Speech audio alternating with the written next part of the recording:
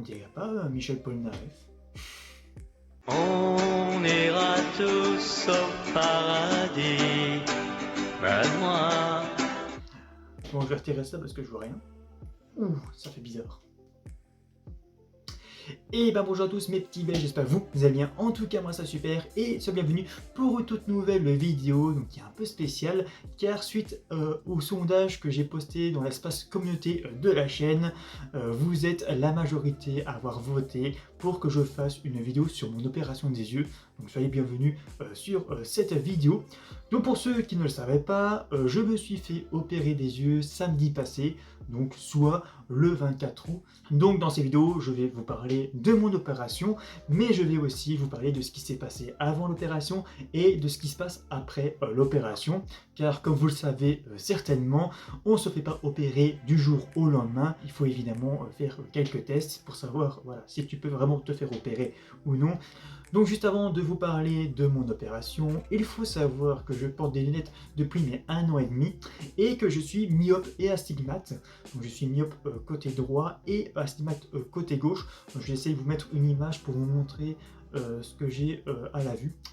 Alors maintenant, on va revenir un petit peu en arrière. Donc le 30 juillet dernier, j'ai un rendez-vous chez mon ophtalmologue comme chaque année pour la vue. À ce moment-là, je demande à mon ophtalmologue pour savoir si je peux me faire opérer et il me répond que oui. Alors plus précisément, il me répond ce n'est pas impossible. Donc évidemment, pour être opéré, il faut avoir une vue stable. Alors me concernant, ma vue était stable depuis plus de 5 ans, donc logiquement ça va. Donc si vous avez une vue qui change tous les ans, c'est un peu compliqué de se faire opérer. Donc mon ophtalmologue, lui, n'opère pas, il me conseille un de ses collègues qui est du côté de Binge. Alors quelques semaines plus tard, donc soit le 20 août 2024, j'ai un rendez-vous chez ce fameux ophtalmologue à Binge pour faire des tests avec des gouttes. Donc on va faire quelques tests pour déjà voir la vue, où est-ce que vous en êtes, pour savoir vraiment à combien vous êtes à chaque œil. Et ensuite on va faire un autre test pour savoir la pression des yeux, pour savoir quelle opération on va faire. Car il existe deux opérations, soit l'opération au laser que vous connaissez certainement, ou alors l'opération avec des lentilles. Donc en fait, pour vous expliquer brièvement, donc on prend votre œil, on fait 2 ou 3 trous de mémoire, ensuite on fait une petite fente, et après on insère une lentille derrière la cornée, donc c'est une lentille correctrice. Donc ça c'est l'opération avec la lentille. Et pour l'opération au laser, il existe deux opérations au laser, soit l'opération à 2 lasers, donc pour vous expliquer, on vous met sous le laser et pour commencer vous avez une ventouse qui va sur votre œil et vous avez un premier laser qui découpe la cornée, donc la surface de l'œil, pour ensuite soulever la cornée, et ensuite il y a un deuxième laser qui lui va sculpter votre œil pour retirer la myopie ou l'astigmatisme, et ensuite on remet la cornée au-dessus. Ça c'est l'opération à 2 lasers. Et deuxième opération au laser, c'est l'opération à un seul laser. Donc en fait on vous met sous le laser et vous avez le laser qui va juste retirer une partie de la cornée.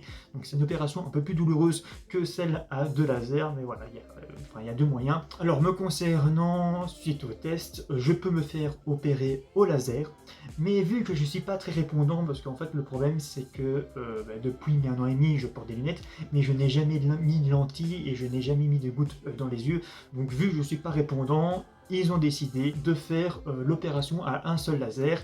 Donc ensuite ils me donnent rendez-vous le samedi suivant, donc soit le samedi 24 août pour l'opération.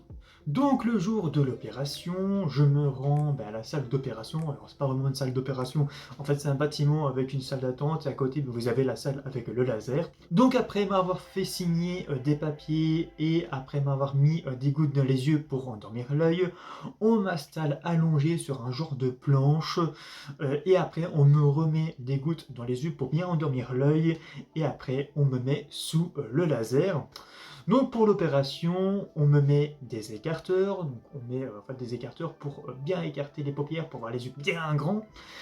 Et après, on me demande de fixer un point vert qui clignote. Alors, petite anecdote, au début, le point vert, c'est facile de le voir, mais après qu'on passe le laser, il faut le deviner, hein, parce que en fait après bon, on voit en fait tout rouge, donc du coup c'est pas facile de voir le point vert. Enfin bref. Donc avant de passer le laser, le chirurgien nettoie la surface de l'œil avec un style de coton-tige et ensuite il passe le laser. Donc vous savez quand il passe le laser, car à un moment en fait ça sent le brûler, car tout simplement en fait on vous brûle l'œil en fait, mais c'est normal.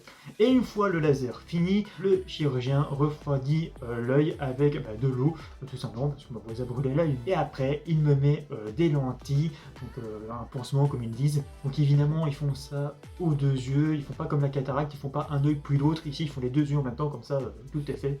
Donc évidemment en fonction de ce que vous avez, des fois ça dure plus longtemps, par exemple moi ici du côté gauche c'était plus fort, donc ils sont restés plus longtemps sur mon œil gauche que sur mon œil droit par exemple. Voilà. Et enfin, je vais vous parler de ce qui s'est passé après l'opération. Donc une fois l'opération terminée, donc une fois sorti de la salle d'opération, on te dit ce qu'il faut faire, ce qu'il ne faut pas faire.